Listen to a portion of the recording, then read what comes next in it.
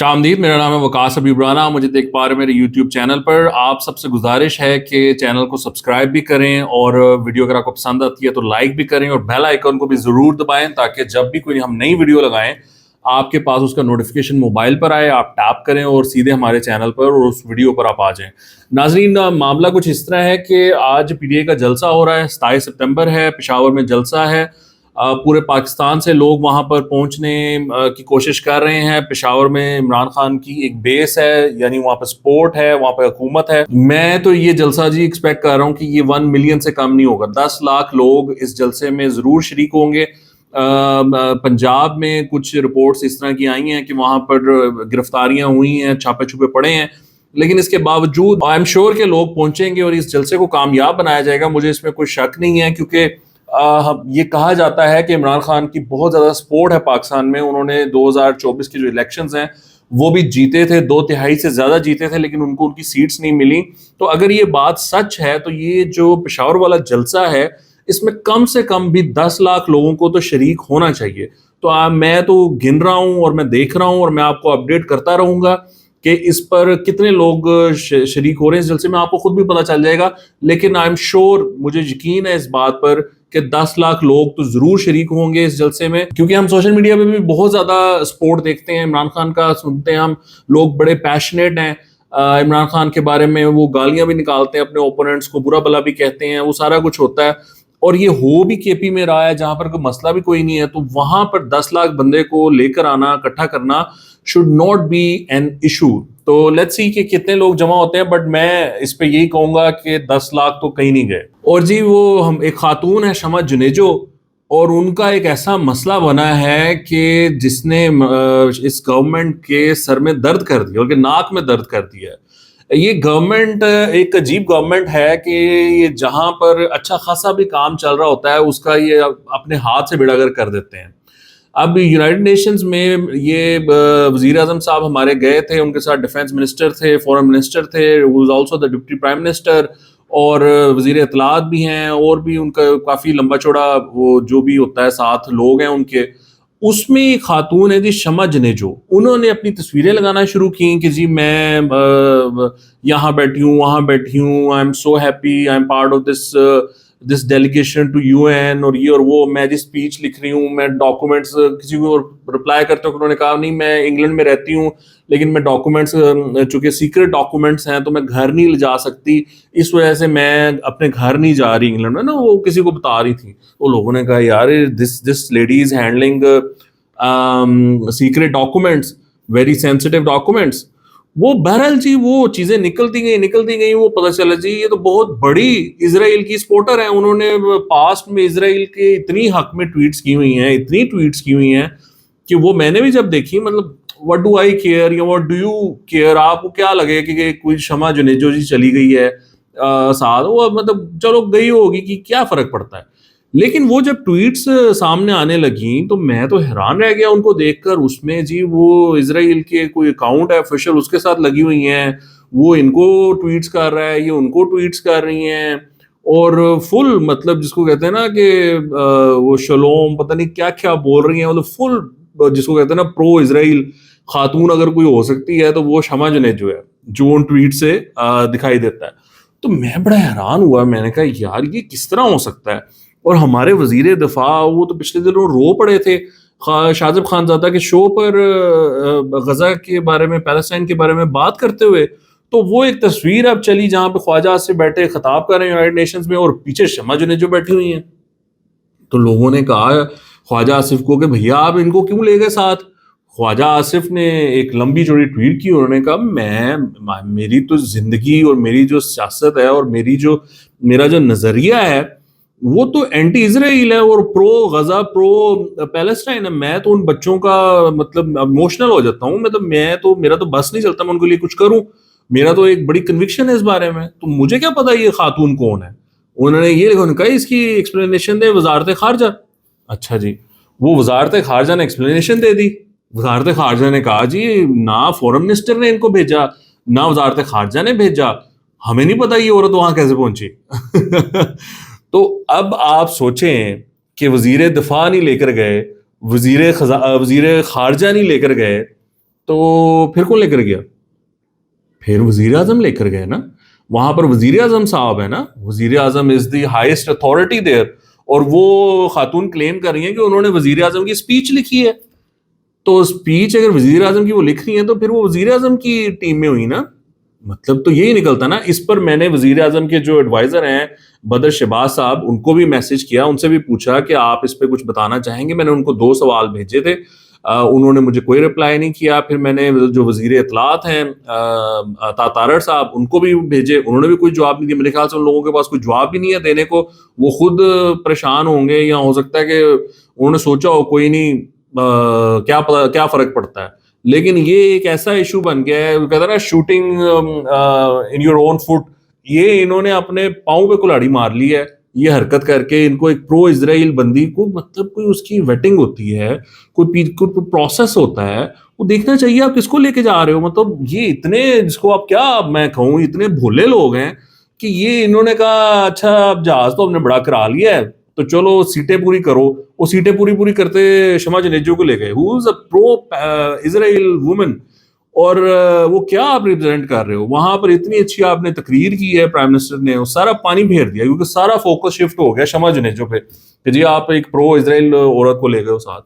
یہ تو حال ہے اس گورنمنٹ کا اور ان لوگوں کا کہ یہ ایک کام نہیں ڈھنگ سے کر سکتے کہ وہاں پر آپ کی ٹرمپ سے ملاقات ہوئی ہے, آرمی چیف وہاں پر ہیں, آپ کو عزت ملی ہے. وہ ایک چیز تھی جس پہ فوکس ہونا چاہیے تھا. فوکس اس بات پہ ہے کہ شمع جنیجو کیوں ساتھ گئی ہے. میں یہ نہیں کہہ رہا کہ وہ ایشو نہیں ہے, it is an issue, but کیوں آپ نے یہ ایشو بننے دیا. مطلب آپ اتنے انکمپیٹنٹ لوگ ہیں. تو بہرحال جی یہ بڑا ایک وہ معاملہ چل رہا ہے. اب اللہ بہتر جانتا ہے کہ اس میں یہ کس طرح گئی ہیں.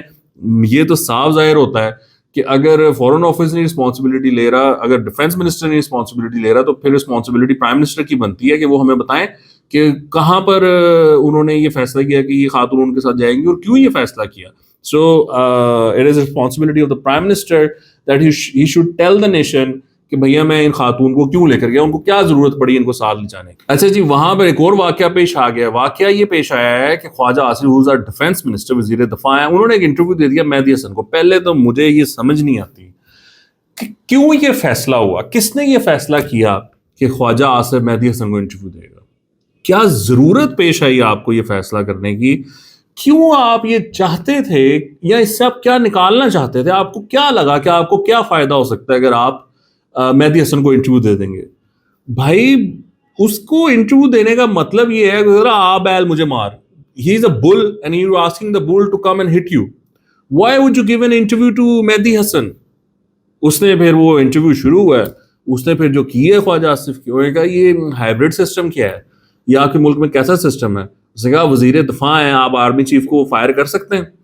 تو خواجہ آصف نے کیا جواب دینا تھا, ویسے خواجہ سے کہہ ہی دیں یار کہ ہاں جی میں کر سکتا ہوں. بہرحال وہ کیا کہنا تھا خواجہ صاحب نے, انہوں نے کہا جی ہائبرڈ سسٹم ہے, مل کے چل رہے ہیں. انہوں نے کہا اگر ڈس ایگریمنٹ ہو جائے تو کس کی چلے گی. تو خواجہ صاحب نے کنسنسس سے چلیں گے, کنسنسس سے ہوگا بات.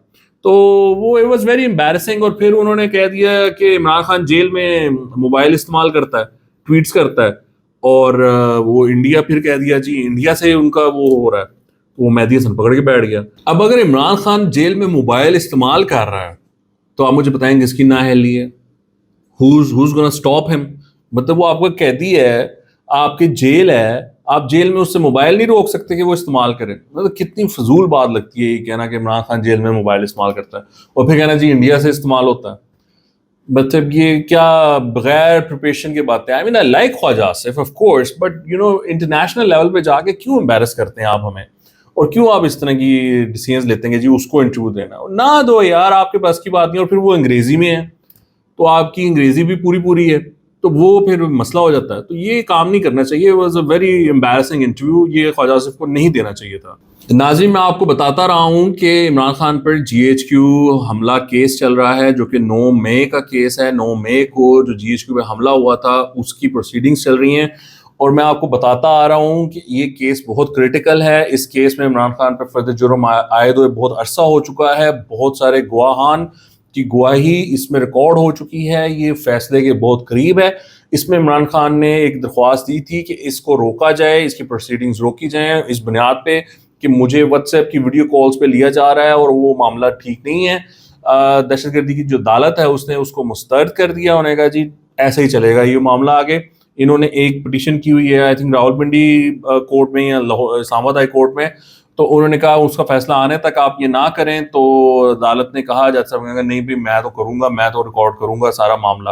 آئی تھنک وہ 8 مزید گواہان کو انہوں نے ان کی گواہی ریکارڈ کی ہے اور یہ سارا معاملہ اس کورٹ میں چل رہا ہے. اس کیس کا فیصلہ آنا ہے, میں آپ کو اس کے بارے میں بتاتا آ رہا ہوں. تو یہ اپڈیٹ ابھی ہمارے سامنے آئی ہے کہ عمران خان کی درخواست اس پروسیڈنگ کو روکنے کی مسترد ہو گئی ہے. ایک اور بہت بڑا ایشو ہے جی, وہ ہے اسموک کا. پاکستان میں اسموک کا ایشو ہے, خاص کر پنجاب میں, اور یہ ایشو لاہور میں تو بہت برا ہے. ابھی سپتمبر کی کیا تاریخ ہے جی, 27 تاریخ ہے, کل 26 تھی, اور ابھی سے اسموک شروع ہو گئی ہے ہمارے علاقوں میں. لاہور میں اتنی اسموک فیل ہو رہی تھی, کل میں باہر نکلا ہوا تھا اور پتہ چل رہا تھا کہ اسموک نے اپنا ایفیکٹ شروع کر دیا ہے. اب یہ مریم نواز کے لیے ایک بہت بڑا ٹیسٹ ہے. مریم نواز شریف کو اس پر ٹیسٹ کیا جائے گا. ان کی گورنمنٹ کو کیا ہو گیا, 1.5 سال ہو گئے ہیں حکومت میں آئے.